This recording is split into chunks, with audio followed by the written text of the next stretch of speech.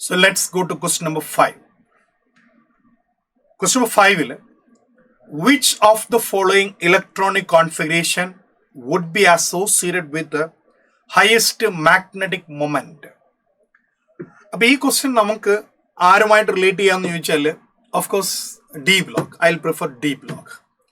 കാരണം തന്നിരിക്കുന്ന outer configuration ഒക്കെ ആരുടേതാണ്? ഡി ഓർബിറ്റലിൻ്റെതാണ്. ഹയസ്റ്റ് മാഗ്നറ്റിക് മൊമെന്റ് ആണ്. അപ്പോൾ ഹയസ്റ്റ് മാഗ്നറ്റിക് മൊമെന്റ് എന്ന് പറയുമ്പോൾ നമ്മൾ ഓർക്കേണ്ടത് highest number of unpaired electron.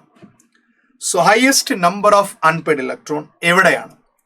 അപ്പോൾ ഇത് ഡി ബ്ലോക്കിലെ ക്വസ്റ്റ്യൻ ആണ് അല്ലേ?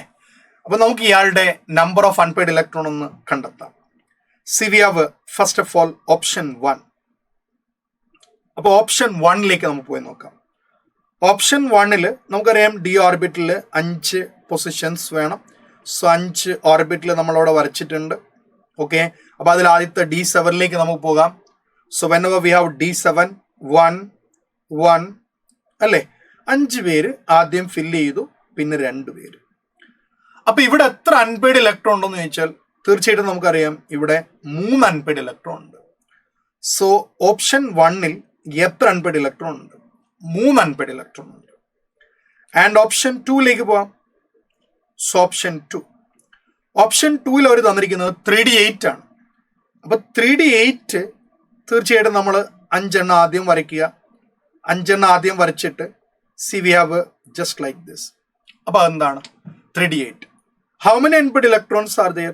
Only 2 unpaired electrons are there. അപ്പൊ രണ്ടാമത്തെ കേസിൽ നമുക്കറിയാം only 2 unpaired electron. And next മൂന്നാമത്തെ ഓപ്ഷൻ നമ്മൾ നോക്കുമ്പോൾ മൂന്നാമത്തെ ഓപ്ഷനിൽ നമുക്ക് 3D3 എന്ന് മാത്രമേ ഉള്ളൂ. 3D3 how many unpaired electrons are there? No doubt we have 3 unpaired electron. ഇനി അടുത്ത ആരാണ്? 3D6 അല്ലേ? അപ്പൊ 3D6ൽ നമുക്ക് എത്ര അൺപെയ്ഡ് ഇലക്ട്രോൺ ഉണ്ട്?